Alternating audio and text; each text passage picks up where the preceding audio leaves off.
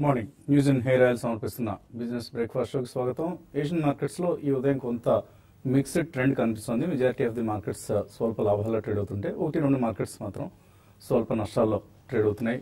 Lock lustre trading అని చెప్పుకోవచ్చు. పెద్దగా మూవ్స్ ఏవి లేవు. SGX నిఫ్టీ 9608 9 పాయింట్ల లాభంతో ట్రేడ్ అవుతుంది. సో హైయర్ లెవెల్స్ దగ్గర మార్కెట్స్ లో ప్రాఫిట్ టేకింగ్ కనిపిస్తుంది మనకు. అండ్ మన మార్కెట్స్ ఫ్లాట్ గా ఓపెన్ అయ్యేందుకు అవకాశాలు కనిపిస్తున్నాయి ఇవాళ. అండ్ నిన్న వరుసగా 8వ సెషన్ కన్సాలిడేషన్ తో కూడిన ట్రేడింగ్ సెషన్ మనం చూసాం. నిఫ్టీ వరుసగా 8 సెషన్ల పాటు అక్కడక్కడే ఉంది, రేంజ్ బౌండ్ గా ట్రేడ్ అవుతుంది. 130 పాయింట్లు కోల్పోయింది ఇన్ఫాక్ట్ లాస్ట్ 8 days లో నిఫ్టీ. సో అంతకుముందు కూడా 2 వారాల కన్సాలిడేషన్ తర్వాత ఆ 2 వారాల్లో కోల్పోయిన మొత్తం నష్టాన్ని నిఫ్టీ ఒక్క రోజులోనే గెయిన్ చేసిన సంగతి మనం చూసాం. అటువంటి పరిస్థితి ప్రస్తుతం కూడా మనకు కనిపిస్తుంది. సో ఎనీ టైం ఒక షార్ట్ కవరింగ్ ర్యాలీ లాంటిది వచ్చే అవకాశం కనిపిస్తుంది. నిన్న కూడా మనం చూసాం చాలా ఎక్కువ మొత్తంలో షార్ట్స్ క్రియేట్ అయ్యాయి. FIS 645 crores వర్త్ స్టాక్స్ ని సెల్ చేశారు. లాస్ట్ 5 సెషన్స్ లో 1400 కోట్ల వర్త్ స్టాక్స్ ని వాళ్ళు సెల్ చేయడం చూసాం క్యాష్ మార్కెట్స్ లో. But domestic institutional investors aggressive గా కొన్నారు. నిన్న 855 crores వర్త్ స్టాక్స్ ని వాళ్ళు కొనడం చూసాం. ఇందులో కొంత రిలయన్స్ కి వెళ్ళింది, మరికొంత ఫార్మా స్టాక్స్ కి వెళ్ళింది. ఇలా సో ప్రత్యేకించి ఫార్మా స్టాక్స్ లో మనం ఒక బార్గెయిన్ బయింగ్ రావడం చూస్తున్నాం. అరవిందో ఫార్మా లాంటివి, ఈవెన్ సన్ ఫార్మా లాంటి కౌంటర్స్ లో కూడా ఒక బార్గెయిన్ బయింగ్ మనకు కనిపిస్తుంది. సో రిస్క్ రివార్డ్ రేషియో ఇక్కడ కొంత బయింగ్ కి అనుకూలంగా ఉందని చెప్పుకోవచ్చు. ఎందుకంటే సిస్టమ్ లో చాలా షార్ట్స్ మనకు కనిపిస్తున్నాయి. సో ఎనీ టైం ఒక షార్ట్ కవరింగ్ అనేది తప్పదు. సో అది ఎప్పుడు వస్తుంది, ఇవాళ వస్తుందా లేకపోతే నెక్స్ట్ వీక్ వస్తుందా అన్నది మనకు తెలియని పరిస్థితి. బట్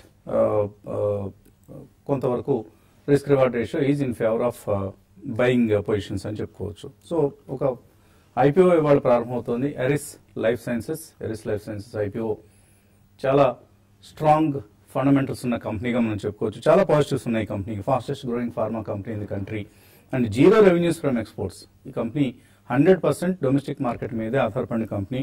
లాస్ట్ 5 years లో రెవెన్యూస్ డబుల్ అయ్యాయి.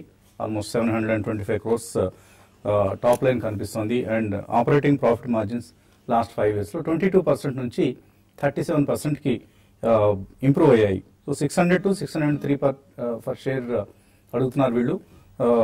అహ్మదాబాద్ బేస్డ్ కంపెనీ, చాలా హై మార్జిన్స్ ఉన్న థెరప్యూటిక్స్ సెగ్మెంట్ లో ఉన్నారు వీళ్ళు. Like life style based drugs like cardiovascular, అంటే మనం హార్ట్ అంటాం కదా, హార్ట్ కి సంబంధించినవి, అలాగే డయాబెటీస్, విటమిన్స్, గ్యాస్ట్రోఎంట్రాలజీ, ఇటువంటి చాలా హై మార్జిన్స్ బిజినెస్ ఇది.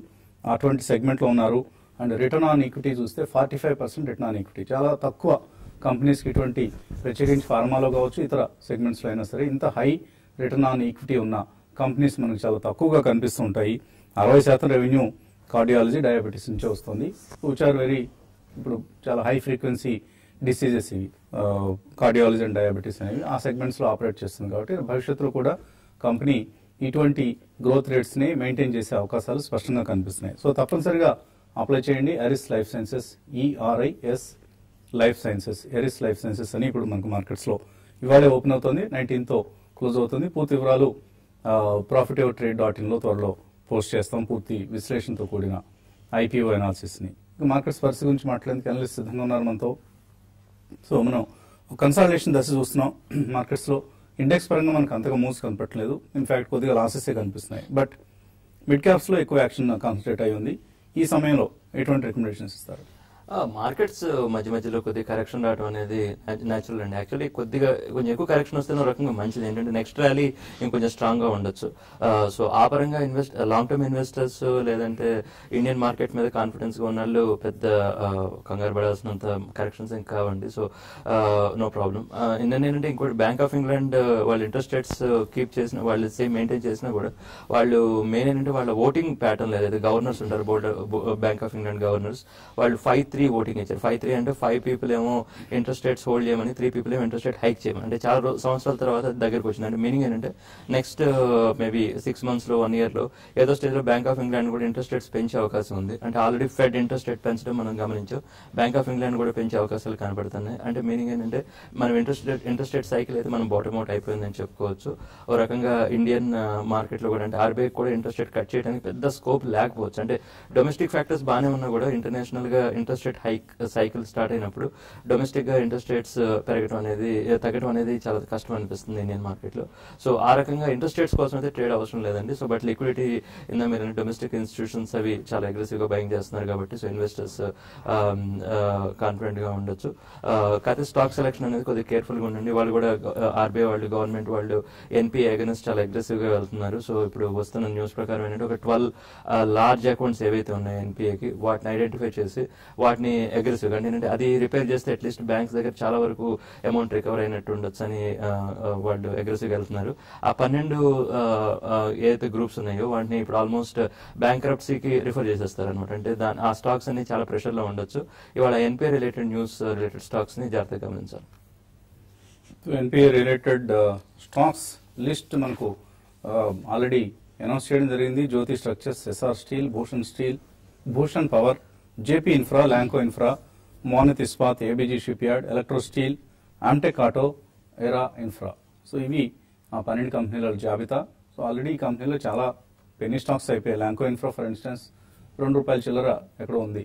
సో ఇప్పుడు బ్యాంక్రప్సీ ఫైల్ చేసినా కూడా ఆ ₹2 కూడా పోతుంది. ఇప్పుడు మనకు వస్తుంది అనుకుంటే ₹2 కూడా పోతుంది. సో అటువంటి పరిస్థితిలో ఉన్నాం మనం. ఇందాక జగన్నాథన్ గారు మేము ఈ షో బిగిన్ కావడానికి ముందు డిస్కస్ చేస్తున్న పాయింట్ ఇది. సో టెక్నికల్గా ఎటువంటి పరిస్థితి కనిపిస్తుంది? నిన్న of course bank Nifty weekly expiry అనేది కొంత ప్రభావం చూపించింది బ్యాంకింగ్ స్టాక్స్ మీద. ఇవాళ ఎలా బిహేవ్ చేస్తాయి? బేసికల్ ఐ థింక్ మనకి 20-day మూవింగ్ యావరేజ్ ఏదైతే ఉందో ఆల్మోస్ట్ దానికి నియర్ బై క్లోజ్ అవుట్ అని చూసాం. ఒక స్టేజ్ లో ఒక 10-15 పాయింట్స్ కిందకి వెళ్ళినప్పటికీ 9572 ఏదైతే ఉందో దాని అబౌవ్ క్లోజ్ అయింది నిఫ్టీ. సో దీని ఇండికేషన్ ఏంటంటే ప్రాబ్లీ ఇక్కడ ఒక డిమాండ్ జోన్ గా మనం పరిగణిస్తాం. అండ్ ఇన్ఫాక్ట్ ఈ రోజు ఫ్రైడే కాబట్టి ఐ థింక్ ఈ రోజు క్లోజింగ్ పుల్ బ్యాక్ అనేది రావాలి. 9608 ఏదైతే లాస్ట్ వీక్ లో ఉందో ప్రాబ్లీ దాని అబౌవ్ క్లోజ్ అవుతే ఐ థింక్ మళ్ళీ బుల్ ట్రెండ్ కంటిన్యూ అయ్యే అవకాశం ఉంది. బట్ అదర్వైజ్ 2 weeks లో ఏదైతే ఉందో 9547 ప్రాబ్లీ అదొక స్ట్రాంగ్ సపోర్ట్ గా మనం పరిగణిస్తాం. అంటే ఇక్కడ నుంచి ఒక 30-35 పాయింట్స్ పడితే కనుక అక్కడ ఒక స్ట్రాంగ్ బేస్ ఉంది కాబట్టి మేబీ మనం గత కొన్ని రోజులుగా చెప్పడం జరిగింది I think by on dips, కానీ ఇప్పుడు కూడా మనం సేమ్ థింగ్ సూచిస్తాం. బట్ అగైన్ 9547 కింద క్లోజింగ్ బేసిస్ స్టాప్ లాస్ అనేది పెట్టుకోవాలి. అండ్ ప్రాబ్లీ ఒకవేళ 9547 కింద క్లోజ్ అవుతే కనుక ప్రాబ్లీ ప్రీవియస్ స్వింగ్ లో ఏదైతే ఉందో 9390 అంటే close to about 150 points down side వచ్చే ఛాన్స్ ఉంది. చార్ట్ ప్యాటర్న్స్ అలా సూచిస్తుంది. అదేవిధంగా అప్ సైడ్ చూస్తే కనుక 9608 అబౌట్ ట్రేడ్ అవుతే కనుక ఒక 50-70 పాయింట్స్ అప్ మూవ్ అయ్యే ఛాన్స్ ఉంది.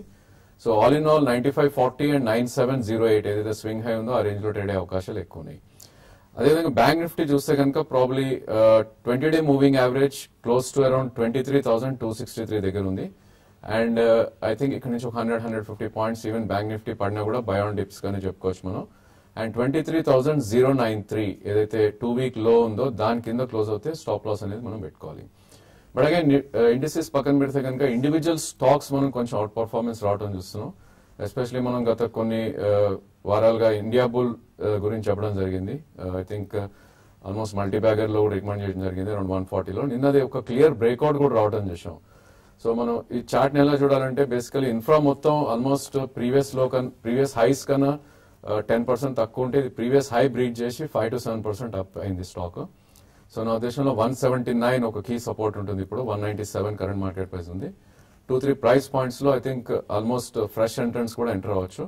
అండ్ 140-145 లో ఎంటర్ అయిన వాళ్ళు మేబీ 167 స్టాప్ లాస్ అనేది పెట్టుకోవాలి. దీని హర్డిల్ అరౌండ్ 218 దగ్గర ఉంది. In case 218 దాటిందంటే 290-300 in the next 1 year వెళ్ళే ఛాన్స్ ఎక్కువ ఉంది. So India bulls real estate going to be multi bagger, చాలా స్ట్రాంగ్ గా చార్ట్స్ పరంగా అలాగే ఫండమెంటల్స్ కూడా ఇంప్రూవ్ అవుతున్న కంపెనీ ఇది. అటువంటిదే మరో కంపెనీని మనం వాల్యూ బైలో రికమెండ్ చేయబోతున్నాం బ్రేక్ తర్వాత. సో ఎటువంటి స్టాక్ ని మనం ఇవాళ వాల్యూ బైలో రికమెండ్ చేయబోతున్నాం మరి కొద్దిసేపట్లో డిస్కస్ చేద్దాం. అలాగే హైదరాబాద్ మెట్రో ప్రాజెక్ట్ ఏదైతే ఉందో, హైదరాబాద్ మెట్రో రైల్ మనం మొండిగోడలు చూస్తున్నాం ప్రస్తుతానికి. త్వరలోనే రైళ్లు చకచక పరిగెత్తే అవకాశాలు కనిపిస్తున్నాయి. ఈలోగా లిమ్కా బుక్ ఆఫ్ రికార్డ్స్ లో మాత్రం 3 రికార్డ్స్ నమోదయ్యాయి. లిమ్కా బుక్ ఆఫ్ రికార్డ్స్ చరిత్రలో ఒక మెట్రో ప్రాజెక్ట్ వరుసగా 3 రికార్డ్స్ నమోదు చేయడం ఇదే first time.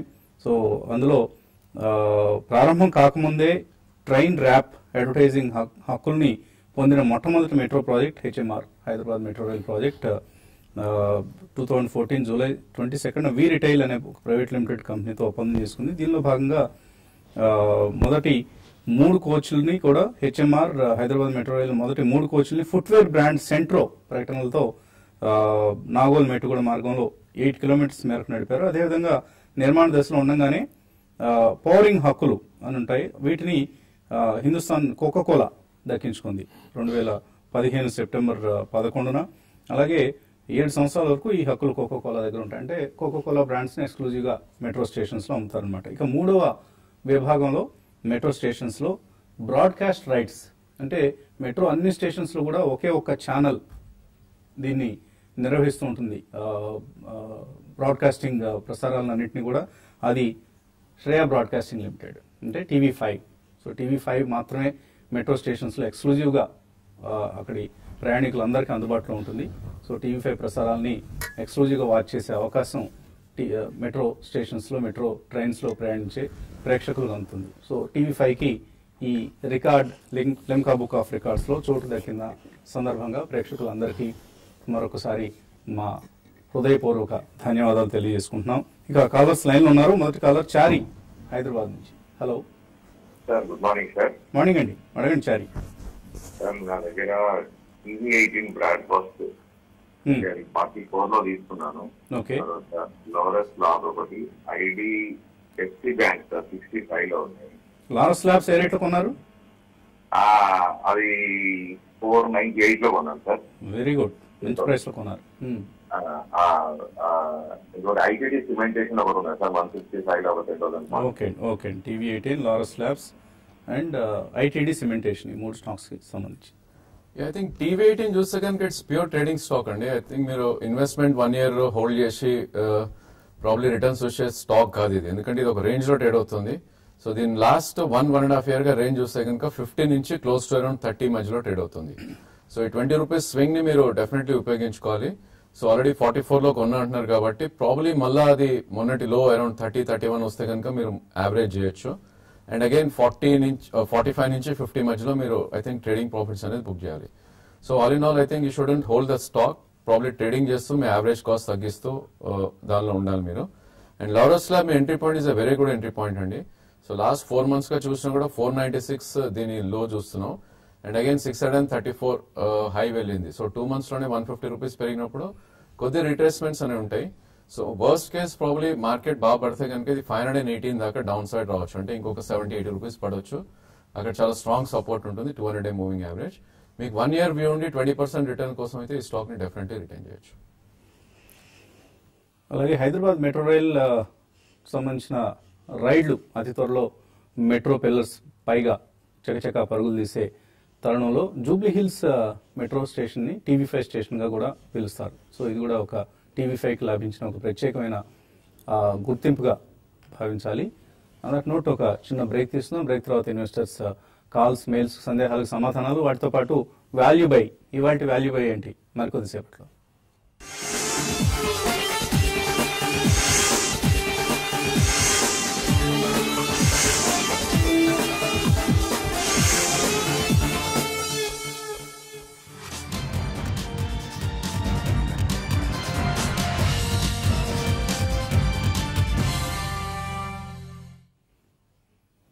News in hair oil సమర్పిస్తున్న బిజినెస్ బ్రేక్ఫాస్ట్ షోకి తిరిగి స్వాగతం. వాల్యూ బై నిన్నటి నుంచి TV5 ప్రేక్షకుల కోసం ప్రత్యేకంగా వాల్యూ బై పేరిట దాదాపుగా రోజు ఒక స్టాక్ ని రికమెండ్ చేసే ప్రయత్నం చేస్తున్నాం. బుల్ మార్కెట్స్ లో ఉన్నాం. ఇదే సమయం స్టాక్ పికింగ్ కి రకరకాల స్టోరీస్ ఆధారంగా మనం వాల్యూ బైస్ ని పిక్ చేయాల్సిన అవసరం నిన్న చెప్పుకున్నాం. సో ఇవాళ value buy Jai Corp, real estate రంగానికి చెందిన కంపెనీ. గతంలో ఇన్ఫాక్ట్ సాంప్రదాయకంగా ఈ company steel, plastic processing, yarn spinning ఇటువంటి బిజినెస్ తో ప్రారంభమై ఆ తర్వాత అగ్రెసివ్ గా రియల్ ఎస్టేట్ సెగ్మెంట్ లో ప్రవేశించింది. ఇన్ఫాక్ట్ ధీరుభాయ్ అంబానీకి చాలా ఆల్మోస్ట్ దత్తపుత్రుడు లాంటి ఆనంద్ జైన్ అనే వ్యక్తి స్టార్ట్ చేసిన కంపెనీ ఇది. జై కార్ప్ అనేది ఆయన ధీరుభాయ్ అంబానీకి ఫైనాన్సింగ్ యాక్టివిటీస్ లో చాలా సహాయం చేస్తూ ఉండేవాడు. సో రిలయన్స్ క్యాపిటల్ ని ఆల్మోస్ట్ ఆయనే నిర్వహిస్తూ ఉండేవాడు. అయితే అంబానీ బ్రదర్స్ ఇద్దరు, ధీరుభాయ్ అంబానీ మరణం తర్వాత అంబానీ బ్రదర్స్ ఇద్దరు విడిపోయినప్పుడు ఈయన ముఖేష్ అంబానీ సైడ్ వచ్చేసారు. సో ముఖేష్ అంబానీ సహాయంతో జై కార్ప్ అనే ఒక కంపెనీని ప్రారంభించి మొదట్లో మేజర్ యాక్టివిటీ ఏంటంటే ఈ ఓవెన్ సాక్స్, మనం ప్లాస్టిక్ సంచులు అంటాం కదా, అవి తయారు చేసేవాళ్ళు అనమాట. సో ఆ సంచుల తయారీతో ఆల్మోస్ట్ సంవత్సరానికి ఒక 10 కోట్ల రూపాయలు సంపాదించుకుంటూ ఉండే కంపెనీని తర్వాత అగ్రెసివ్గా ఒక రియల్ ఎస్టేట్ కంపెనీగా దీన్ని రూపొందించారు. నవీ ముంబై ఎస్సీజెడ్ కావచ్చు, ముంబై ఎస్సీజెడ్ కావచ్చు, అలాగే మరొక కొన్ని ఇతర రియల్ ఎస్టేట్ ప్రాజెక్ట్స్లో వాళ్ళు ఇన్వెస్ట్ చేయడం జరిగింది. సో ప్రస్తుతం మార్కెట్ క్యాప్ చూస్తే మనకు ఆల్మోస్ట్ 1400 crores కనిపిస్తోంది. But companies net worth 2300 crores. ఇందులో రకరకాల కాంపనెంట్స్ ఉన్నాయి. ఫర్ ఇన్స్టెన్స్ ల్యాండ్ బ్యాంక్ కొంత ఉంది.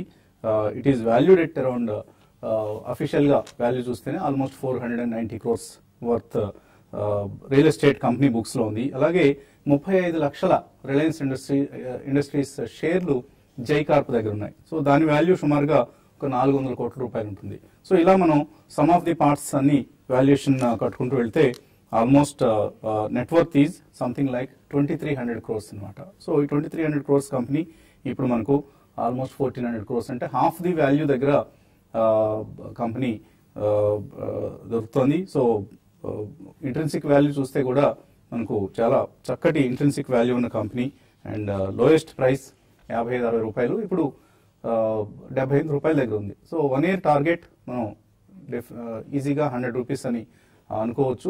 1 year టార్గెట్ 100 రూపీస్ టార్గెట్తో ఎవరైనా తీసుకోవడానికి అనువుగా ఉన్న కంపెనీ ఇది. అలాగే రేవా పోర్ట్లో కూడా ఈ కంపెనీ ప్రమోట్ చేసిన పోర్ట్ ఇది, రేవాస్ పోర్ట్ అనేది. దీని వాల్యుయేషన్ ఇప్పుడు 2200 crores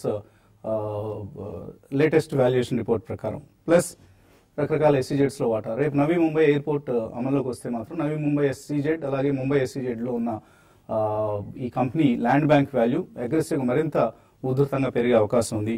and debt free company, అన్నిటికంటే ముఖ్యంగా రియల్ ఎస్టేట్ కంపెనీస్ లో మనం ప్రధానంగా చూడాల్సింది ఎంత డెట్ బర్డెన్ ఈ కంపెనీస్ మోస్తున్నాయి అనేది. సో ఈ కంపెనీ డెట్ ఫ్రీ కంపెనీ. అలాగే UFIO అనే ఒక అర్బన్ ఇన్ఫ్రాస్ట్రక్చర్ ఆపర్చునిటీస్ ఫండ్ ను ఆనంద్ జైన్ ప్రమోట్ చేశారు. సో ఆయన జైకార్ప్ చైర్మన్ ప్రమోట్ చేశారంటే అఫ్ కోర్స్ దీంతో జైకార్ప్ ఏమాత్రం సంబంధం లేకపోయినా కూడా రేపు ఈ అర్బన్ ఇన్ఫ్రాస్ట్రక్చర్ ఆపర్చునిటీస్ ఫండ్ అనే దానిలో బ్లాక్ స్టోన్ ఇన్వెస్ట్ చేయబోతుందట. సో ఆనంద్ జైన్ వాటాన్ని కొంత కొనుగోలు చేస్తే ఆ మనీని కూడా ఆయన జైకార్ప్ లో రేపు ఇన్వెస్ట్ చేసే అవకాశం ఉంటుంది. And there is some indirect benefit from this urban infrastructure opportunities fund for Jai Corp. ఇవన్నీ రకరకాల కాంపోనెంట్స్ ఉన్న కంపెనీ ఇది. ఇటువంటి బుల్ మార్కెట్స్ లో చాలా వాల్యూస్ కోసం మనం ఇన్వెస్టర్స్ వెయిట్ చేస్తుంటారు కాబట్టి, ప్రత్యేకించి ఇన్స్టిట్యూషనల్ ఇన్వెస్టర్స్ దృష్టిని ఈజీగా ఆకర్షించే కంపెనీ కాబట్టి we are recommending Jaicorp as a value buy in today's edition. So 1 year target తో తీసుకోండి, 100 రూపీస్, మేబీ 25-30% రిటర్న్ ఎక్స్పెక్ట్ చేయొచ్చు. But if you can keep it for a longer while ఇంకా బెటర్ రిటర్న్స్ వచ్చే అవకాశం ఉంటుంది. ఇది ఇవాల్టి వాల్యూ బై.